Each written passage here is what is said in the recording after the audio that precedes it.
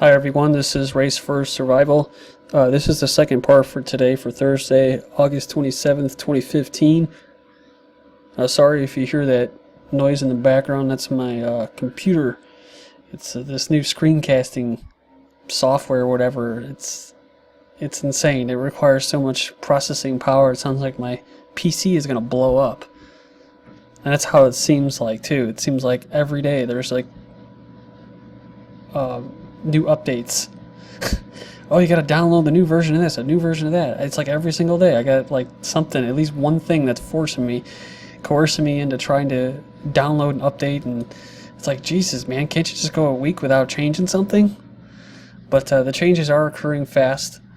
If you're not paying attention, you won't really know. Everything just seems status quo. But they are changing fast. I think the thing that's changing the fastest is the demographics in the United States and in Europe. And that's why as soon as I became racially aware on my own, but through other people too, other people have influenced me, but it ultimately came from inside, which is I don't have to feel bad about being racially aware, and I don't have to feel bad about feeling a part of a unique group with a certain set of unique beliefs like other people are allowed to have.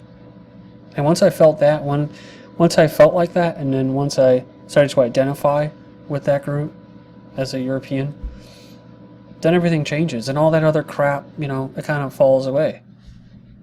Fluoride in the water, I'm concerned about all that stuff too.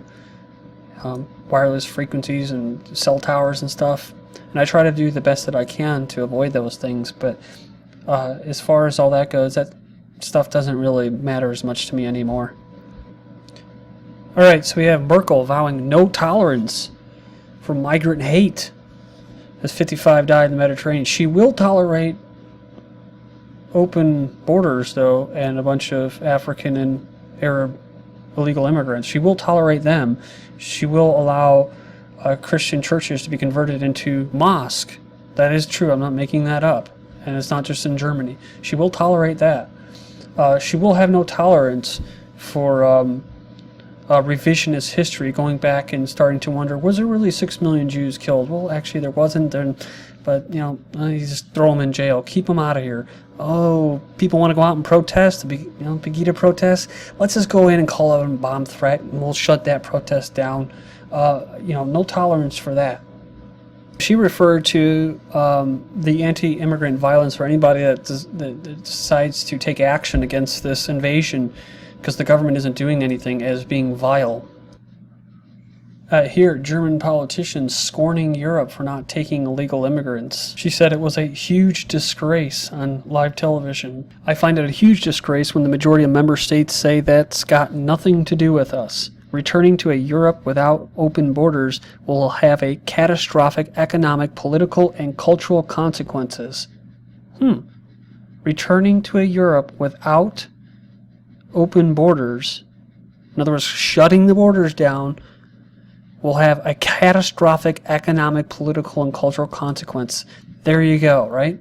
We were just talking about that in the last video. So, ethnic, indigenous, native German peoples surviving as a homogeneous race like they have for the last 1,000 years, or and longer, will threaten this modern Jewish-run political, economic system.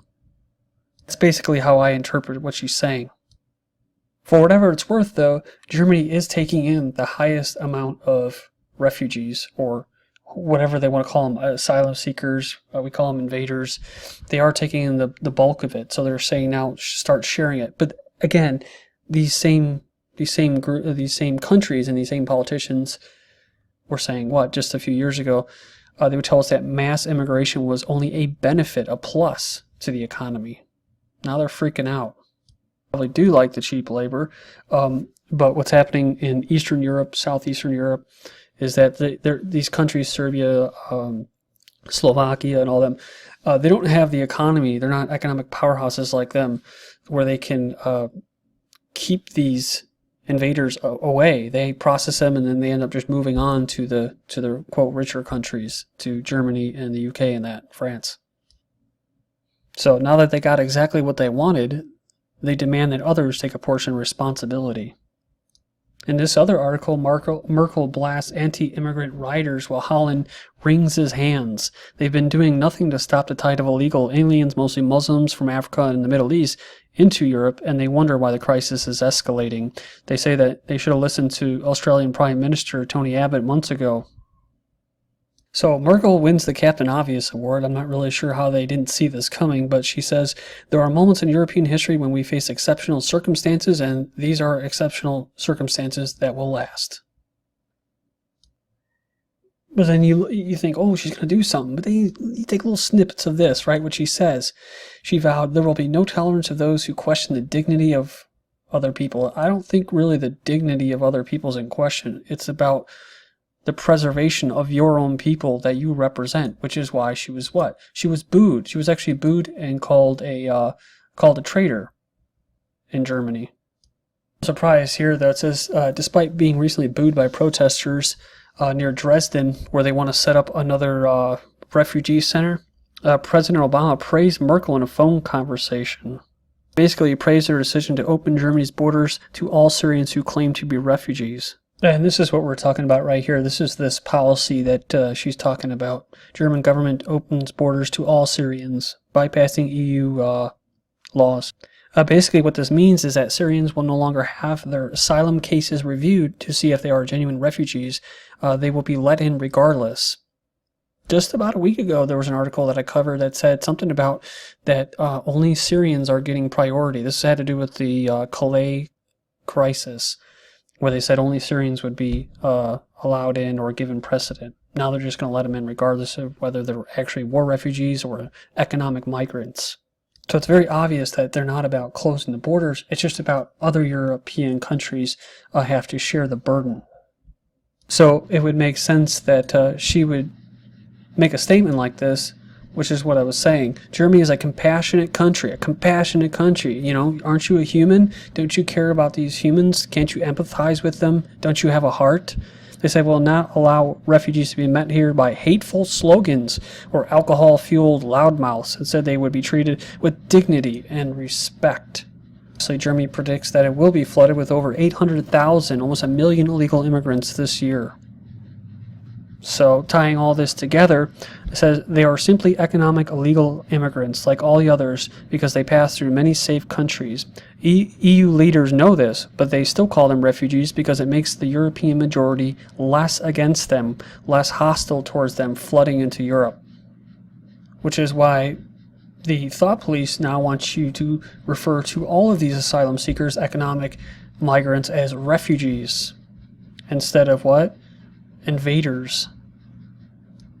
To give you some of the idea of what Germany is faced with as the government tries to find relocation sites for tens of thousands, there you go right here, up to 1,000 protesters have clashed with police in eastern Germany in riots reportedly sparked by the arrival of 250 migrants. Protesters were shouting foreigners out and carrying banners against the asylum flood. They threw bottles and stones at busloads of asylum seekers arriving near Dresden. Merkel's government has referred to these protesters as neo-Nazis, xenophobes, racists, shameful and repulsive, and alcohol-fueled loudmouths, just to name a few. But Marcus, the Interior Ministry for Saxony, warned against screaming labels. We cannot label 10,000 people as right-wing extremists. That creates more problems than it solves. That's what they're trying to do with Trump and associating him with right-wing extremists, when the truth is that a lot of ordinary people are gathering around to support him. And as a side disclaimer I have to put out there repeatedly is that I don't fully trust Trump. But I do think that it's good that he's creating a discourse about open immigration policy. But like I said before, I think he's just kind of like a lot like Alex Jones or Mark Dice. There's a sentiment that's going on, under the surface in America and in Europe. And they know this, whether it's through algorithms and just, data mining and all this stuff where you're finding out what people are thinking, Facebook posts and stuff. They know this. And so, what better than put someone out there that's telling them what they want to hear. I also said that I think Trump is more loyal to the almighty dollar than his folk. Merkel said that the influx of asylum seekers is the biggest problem Europe currently faces. So you'd think that they would want to just take out ISIS because ISIS is the biggest cause of these refugees, but they don't seem to really want to stop ISIS. They could, if they wanted to, but they don't. So somebody wants this, and knowing that these are neoconservatives, neoliberals, usually surrounded by Jews. That's usually who's up there in the policy. You look at Bush's administration, Obama, and that you'll have Jews in every corners of different policy making and private think tanks as well. And they push these wars for Israel, and then they bring in these influx of refugees from the Middle East. Yeah, if you want to stop this crisis, you have to go at the heart of it, which is to end these wars in the Middle East, stop ISIS, end ISIS, and the problem. But I think Israel, I think that they benefit from having the presence of ISIS in that, so they'll remain. Yeah, these protests, I don't know how to pronounce this, but Hadenau are bracing for more anti-refugee protests. And you could say pro-closed border protests, anti-invader protests. But either way, so they said 1% refugee, they hate us, and I don't know why. Well, that's the problem, is that if these leaders really care about humanitarianism, then they would stop this before it starts to get out of control, where people are going to start going after the effect instead of the cause. The cause are the leaders and their policies and what they're doing to let them in there. The effect is all of these immigrants are coming for a better life, and all of this aggression is going to start being taken out against these people, against the effect. Germany's Interior Ministry called on Sunday for a crackdown on right-wing militants and racists after a second night of scuffles between protesters and police outside a refugees shelter in eastern Germany. This is talking about Dresden. So Germany vows to fight xenophobia after attacks on a refugee home. German police suspect arson attack on a refugee center. It was burned to the ground outside Berlin on Tuesday. In Milan, Italy, hundreds of asylum seeker invaders block streets demanding pizzas and hamburgers. And there's a video. The video, we see a black guy who complains about the food. He says, we asked several times for better food. We complained hundreds of times the food they are giving us here, you wouldn't even give to a whore. For example, 7 times we asked for, but never got a pizza or a hamburger. The bread is hard, it's not good. So I told you, this is what they do. They come and then they bitch and then they complain. Which goes to prove the point that they're not actually refugees. They are economic migrants looking for a better life.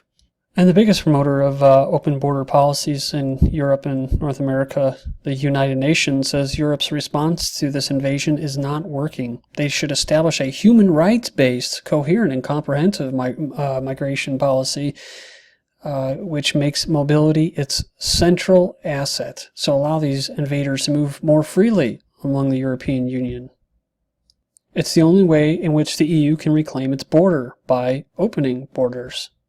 Let's not pretend, let's not kid ourselves. Migration is here to stay. We heard Merkel say the same thing too, didn't she? That building fences, using tear gas and other forms of violence against migrants and asylum seekers, detention, withholding access to basics such as shelter, food, and water, and using threatening language or hateful speech will not stop migrants from coming or trying to come to Europe. He says territorial sovereignty is about controlling the border. It has never been about sealing the border to migration.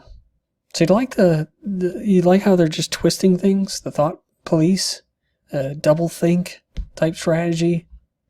Czech minister wants some troops to help guard against the EU migrant invasion. Also in the Czech Republic, Charles University opens doors to asylum seekers. They've also offered to provide free tuition and accommodation to refugees who have been granted asylum and residence permits in the country. We already covered this. German government opens borders to all Syrians. Serbia sets up refugee camp near Macedonian border. Macedonia, they just had a big influx last weekend. Another temporary camp has been set up. Are you Serbian? Do you not like this invasion? Well, do you want to protest? Well, it's banned. Sorry, Serbian minister bans anti-migrant protests. Civil rights groups have welcomed the Serbian government's decision to ban a planned right-wing rally against migrants. In Hungary, they might use the army to secure the border against migrants. A couple things we do know about this crisis is that somebody's telling them to come over. Someone's paying them to come over. Then they're getting kicked out of Europe back to Africa, and they're being smuggled back in.